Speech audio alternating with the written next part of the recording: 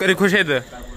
गेल्या वर्षी अवकाळी पाऊस व वादळी वाऱ्यामुळे पेहे तालुका पंढरपूर या गावातील शेतकऱ्यांच्या शेती पिकाचे मोठ्या प्रमाणात नुकसान झाले होते. याचे पंचनामे करून देखील शासनाने भरपाई दिली नव्हती. त्यामुळे वारंवार प्रहार संघटनेने याच्यावरती आवाज उठवत वेळप्रसंगी आंदोलने केली, उपोषण केली. त्यामुळे आता शासनाला जाग आली असून गेल्या वर्षी झालेल्या शेती पिकांच्या नुकसानीची भरपाई आता मिळण्यास सुरुवात झाली आहे.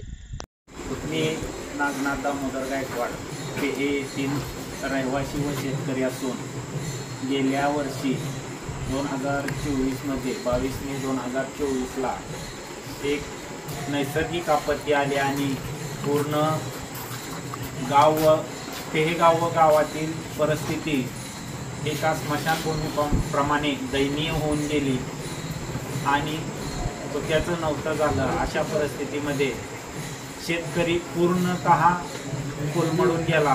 त्या नैसर्गिक आपत्तीने फळपिकांचं मोठ्या प्रमाणावर नुकसान केलं आणि त्याची नुकसान भरपाई मिळण्यासाठी अनेक निवेदनं देऊन अनेक प्रयत्न करून कोणत्याही प्रकारचे शासनाला जाग येईना. म्हणून प्रहारचे जिल्हा संपर्क प्रमुख हनुमंत चव्हाण यांनी प्रहारच्या माध्यमातून अनेक आंदोलनातून या नैसर्गिक आपत्तीच्या भरपाईसाठी मोठ्या प्रमाणावर आंदोलनं केली. त्यामध्ये 10/10/2024 रोजी कृषी अधिकारी कार्यालयासमोर आमरण उपोषण केले. त्याचप्रमाणे 12/10/2024 रोजी तहसील कार्यालयासमोर आमरण उपोषण व